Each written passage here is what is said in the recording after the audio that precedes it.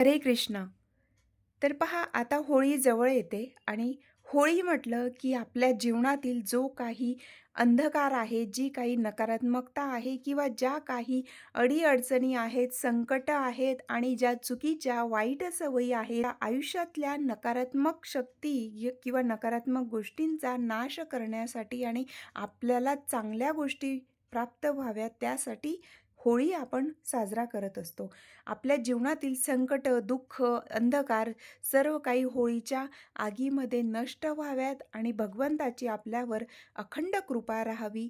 त्याबरोबरच आपल्या जीवनात आनंदी आनंद, सुख, शांती, समृद्धी राहावी. आर्थिक दृष्टीने सुद्धा आपली भरभराट व्हावी, अशी प्रत्येकाची इच्छा असतेच. तर म्हणूनच होळी येण्यापूर्वी आपण काय करायला हवं, हा अतिशय महत्त्वाचा विषय आहे. म्हणूनच त्यासाठी व्हिडिओ पूर्ण पहा. तर त्या गोष्टींमध्ये आपल्या सवयीसुद्धा आहेत, की ज्या आपल्याला चुकीच्या सवयी असतील किंवा ज्या काही इतर गोष्टी अशा असतील, की ज्या गोष्टी, ज्या सवयी, ज्या आपल्या वागणुकीमुळे आपल्या जीवनावर त्याचा परिणाम होत असेल. मग तो परिणाम आपल्या शारीरिक दृष्टीने असेल, आर्थिक दृष्टीने असेल किंवा मानसिक आरोग्य खराब होण्यासाठी असतील किंवा आपल्या घरातील वातावरण त्यामुळे खराब होत असेल. तर या अशा सर्व चुकीच्या सवयी, चुकीच्या गोष्टी आपल्याला दूर करायच्या आहेत आणि आपल्या जीवनातून त्या कायमच्या काढून टाकायच्या आहेत, की त्यामुळे आपल्याला आध्यात्मिक उन्नती होण्यामध्ये सुद्धा अडथळे येत असतात.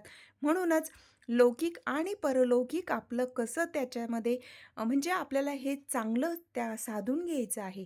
ह्या जन्मात येऊन आपल्याला लौकिक आणि परलौकिक आपल्याला आपली उन्नती व्हावी यासाठीच आपला जन्म असतो.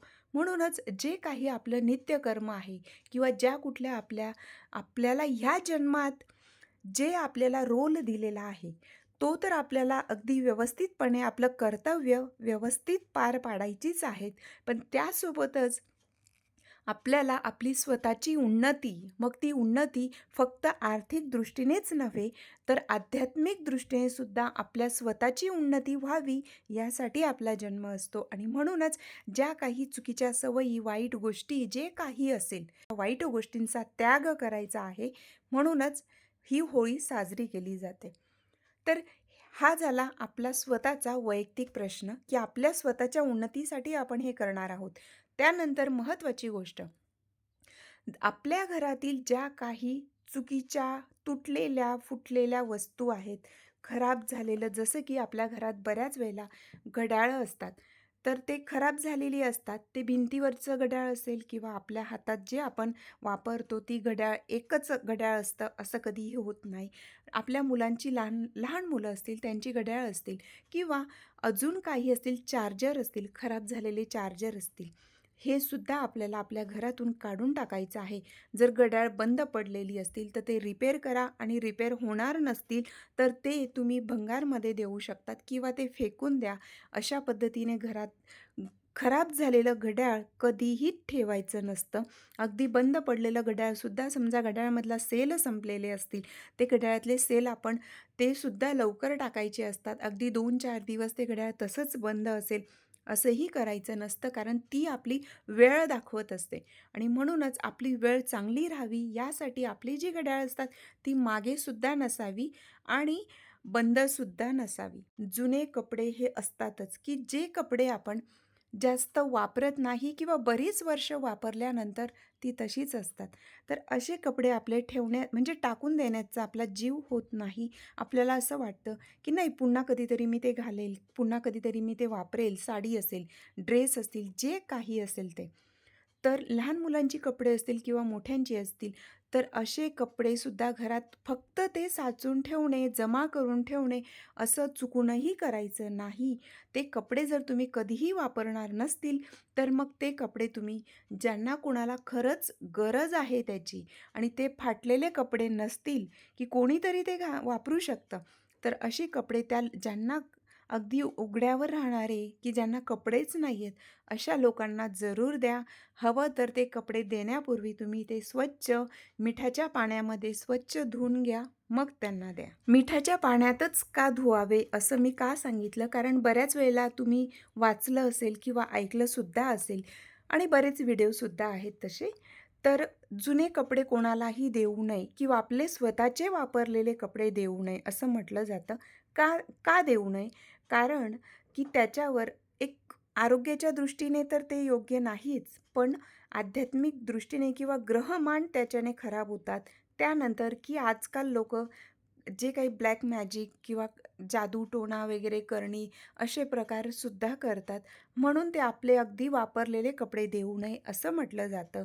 पण जर तेच कपडे गरजूंना दिले, तर ते असे कुठलेही प्रकार करण्यासाठी त्यांच्याकडे वेळ नसतो किंवा त्यांना ह्या गोष्टी ते कधीही करणार नाही एवढं तरी आपल्याला कळतंच.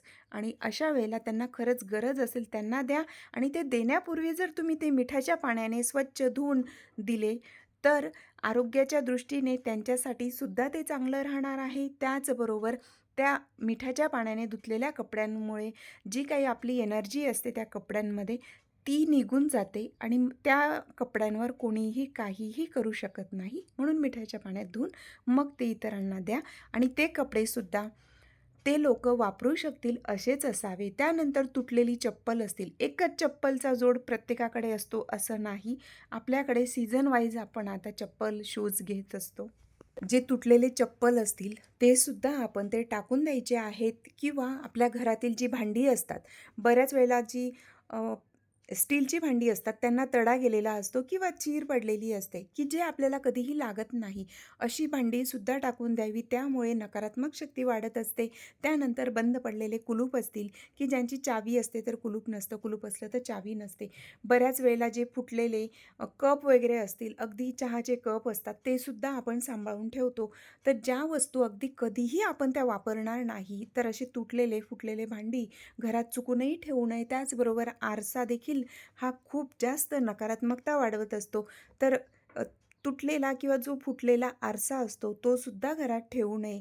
त्यानंतर न लागणारी प्लास्टिकची डबे, हे प्रत्येकाच्या घरात असतात. जर महिला हा व्हिडिओ पाहत असतील, तर नक्कीच तुम्हीसुद्धा तुमच्या किचनमध्ये बघा, की आपण खूप आपल्याला असं वाटत असतं, की नको हे मला कामात येईल, हे कधीतरी लागेल.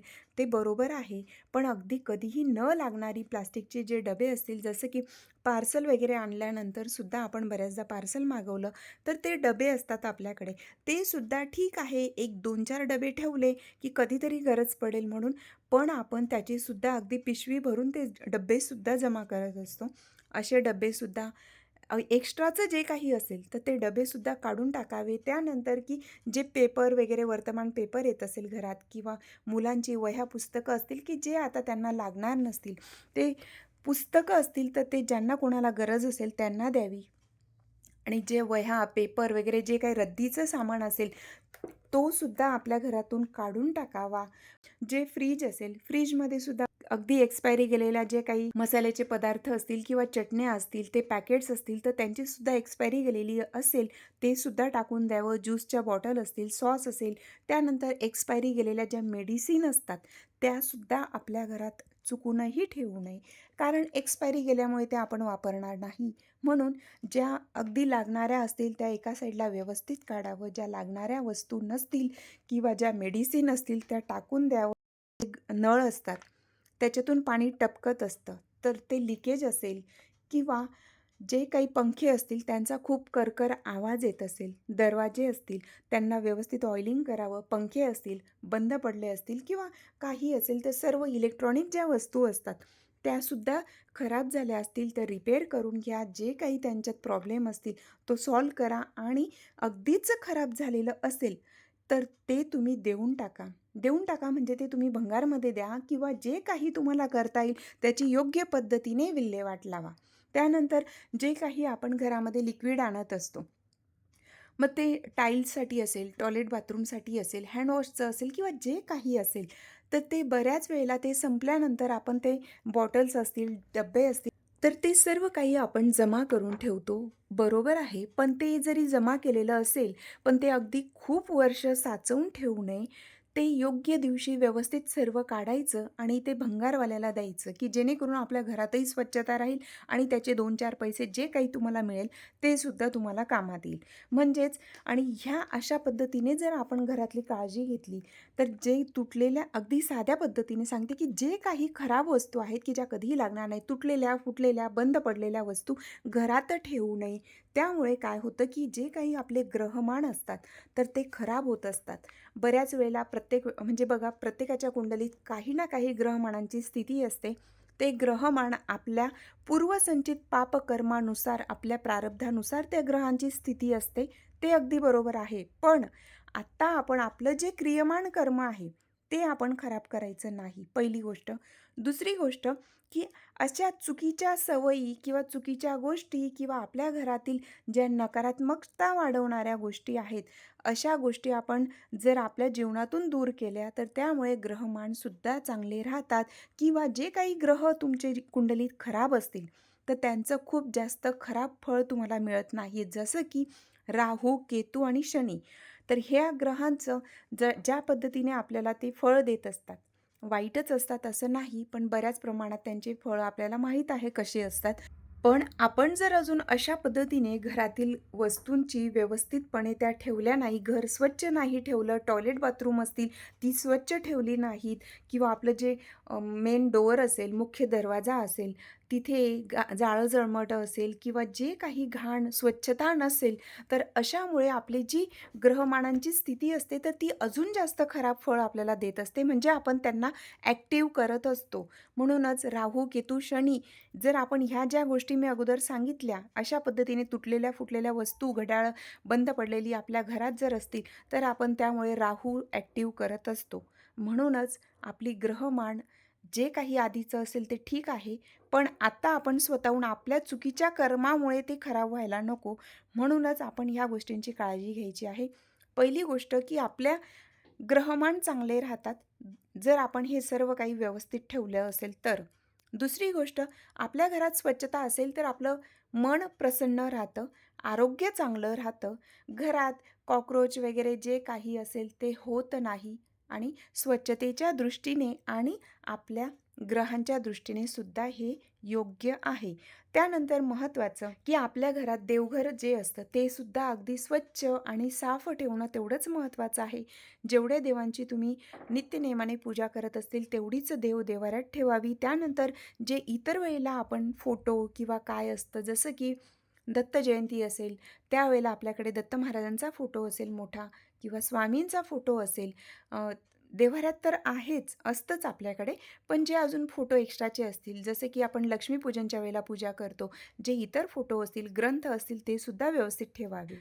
होळीला आपण जे काही सेवा करत असतो, उपाय करत असतो आणि होळी पौर्णिमा म्हटलं की लक्ष्मी मातेला प्रसन्न करण्याचा हा दिवस असतो. सत्यनारायणाची पूजा असते. म्हणूनच जे उपवास, तापास आपण करतो, अनुष्ठान करत असतो, त्याचं आपल्याला योग्य पद्धतीने संपूर्ण फळ प्राप्त व्हावं, म्हणूनच आपल्या घरात लक्ष्मी येण्यासाठी आपलं घर आधी स्वच्छ असणं महत्त्वाचं असतं. म्हणूनच लक्ष्मी प्राप्तीसाठी आणि प्राप्त लक्ष्मी स्थिर राहावी यासाठी आपण मेहनतीसोबत जे उपाय वगैरे करतो, त्यासोबतच आपलं घर स्वच्छ ठेवणं, घरातील ह्या वस्तू काढून टाकणं, हे सुद्धा तेवढंच महत्त्वाचं असतं. म्हणूनच होळी येण्यापूर्वी जर तुमच्या घरातही अशा वस्तू असतील, तर जरूर काढून टाका आणि जर माहिती आवडली असेल, तर लाईक आणि शेअर जरूर करा. श्री स्वामी समर्थ.